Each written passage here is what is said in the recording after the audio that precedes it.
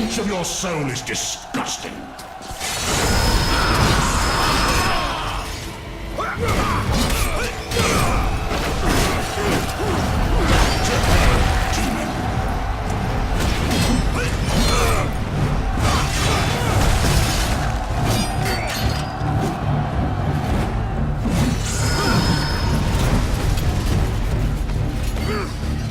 Die, monster! You don't belong in this world!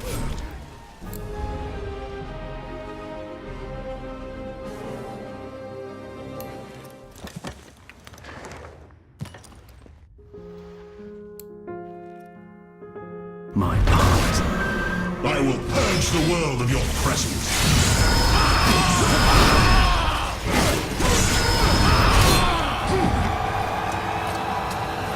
You are going to die.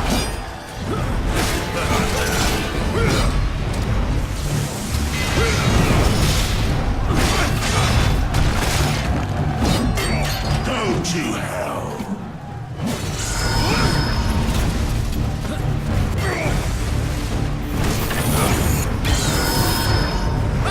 I will purge the world of your presence.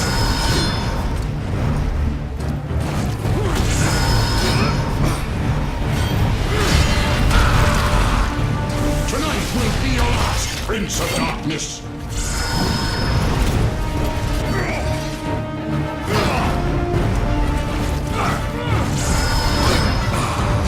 The stench of your soul is disgusting.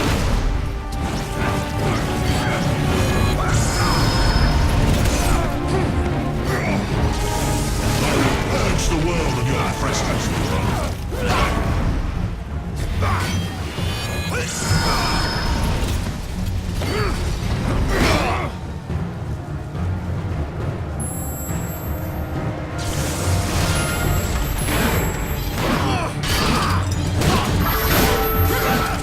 You are going to die.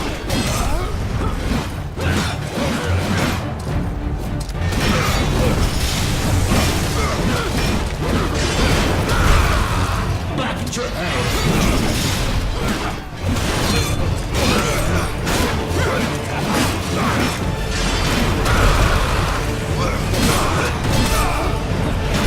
Die, monster! You don't belong in this world.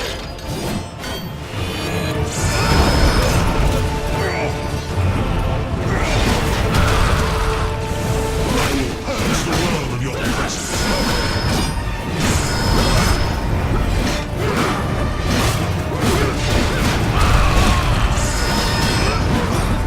Die, monster! You don't belong in this world.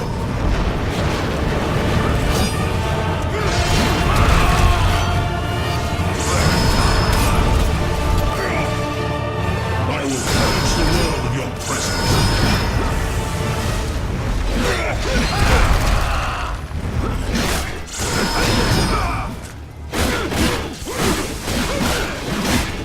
Go to hell.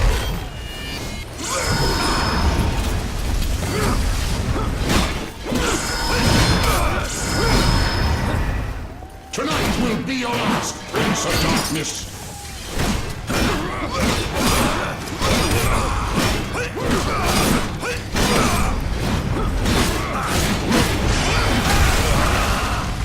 The stench of your soul is disgusting.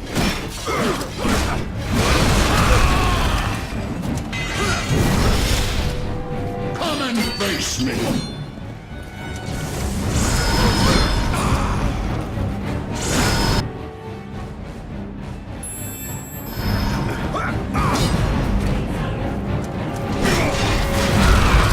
Die, monster! You don't belong in this world.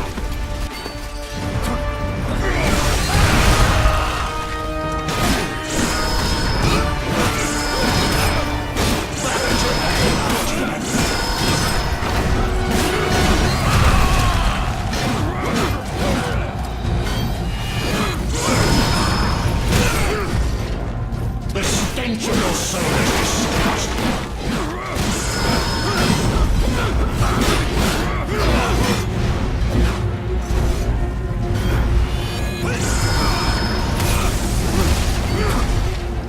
I will punish the world of your presence.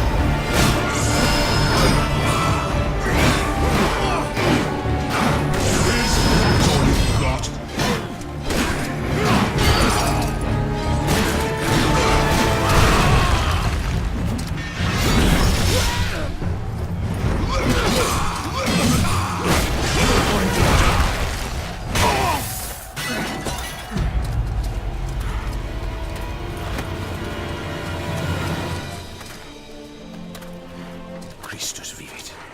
Istus regnat. Christus ab omni malo te defendat. Maledictiat excommunicati daemones. In virtute istorum factorum Dei I was nomini. like you once.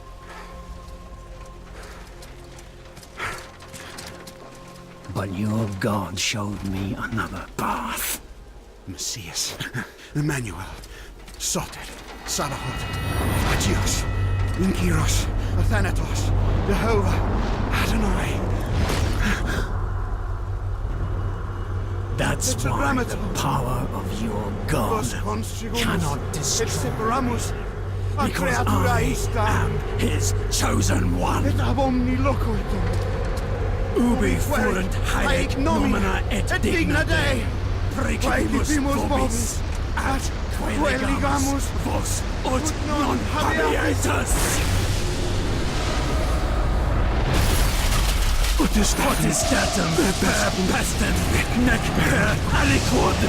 Quod eamque maleficium nocere incantationem neque in anima nec in corpore.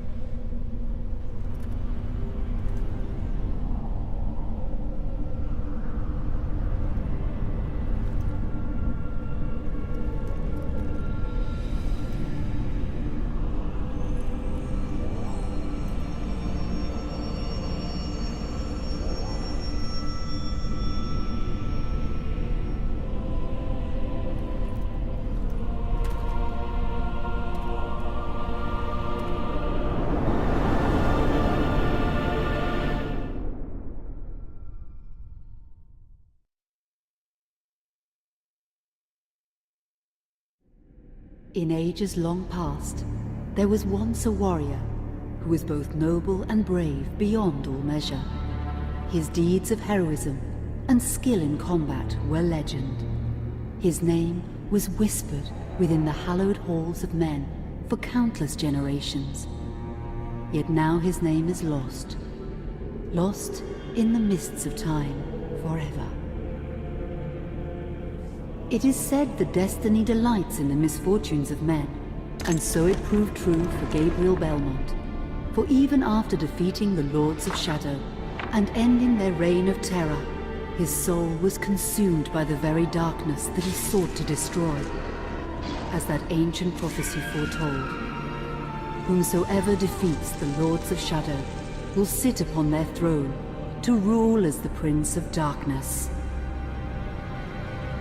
But before fate had played its hand, and unknown to Gabriel, his beloved wife, Marie, conceived a son by him. The Brotherhood of Light warned her of that ancient prophecy and the terrible fate which lay before her husband. So, with heavy heart, she concealed her pregnancy. For it is written that only the blood of that lineage has the power to defeat the Prince of Darkness. Thus, when newly born, the child Trevor was hidden from his father and raised a holy warrior of the Brotherhood in secret, so that one day he would be ready to stand against his own blood, as foretold. That day would come, some 25 years later, for what had once been Gabriel Belmont was now a powerful vampire known as Dracula, the Dragon. The Brotherhood of Light fought against the onslaught of his dark armies, which laid waste to towns and villages across the land, but to little avail. Trevor was now fully grown to manhood, and the truth of his origin and destiny of the Belmont clan was finally revealed to him. So he set out to confront his father and end his family's shame forever. But Trevor failed and was mortally wounded in the confrontation with his father. He was no match for Dracula's terrible power. Yet, as he lay dying, Trevor finally revealed his true identity. Dracula was driven mad with grief and rage over the revelation. He desperately sought to save his dying son by giving him his own lifeblood. but it was too late. Or so he thought. Dracula buried his son within the walls of his great castle, and then swore bloody vengeance upon the world. Raising an army of creatures beholden only to him, he struck with fury and merciless cruelty at humanity. He vowed to hunt God's children for all eternity. But fate still had one last card to play. Dracula's blood had power, and that power now coursed through the veins of his dead son, slowly reviving him over many years, until one night he emerged once more into the world, not as a man, but as a creature like his father. What had once been Trevor Belmont was now gone forever. He was now a vampire like his father. Though he swore that he would not be like him, he would take the name Alucard. He would be a force for good, opposing his father's capacity for evil. In that very moment, Alucard swore to destroy Dracula. But fate had something else in mind. Meanwhile, Trevor's own son grew into a fearsome warrior with a reputation that far exceeded even that of his illustrious father. Simon Belmont knew little of his own lineage, nor his importance in the events to come. All he knew was that his mother had died at the hands of Dracula's minions when he was but an infant, and his father had been killed in single combat with Dracula. Found and raised by the people of White Mountains, Simon had but one purpose in life: to destroy Dracula for the murder of his parents. After years of training in the arts of war, Simon set off for Dracula's castle and a date with destiny. Once in the castle, Simon met Alucard, and knowing little of the true identity of his companion, joined forces with him. Blood bound them together, and fate took a hand once again, as finally they met their dreaded foe in mortal combat. Simon defeated Dracula with his whip, and yet Alucard sensed that all was not as it should be. Dracula would return.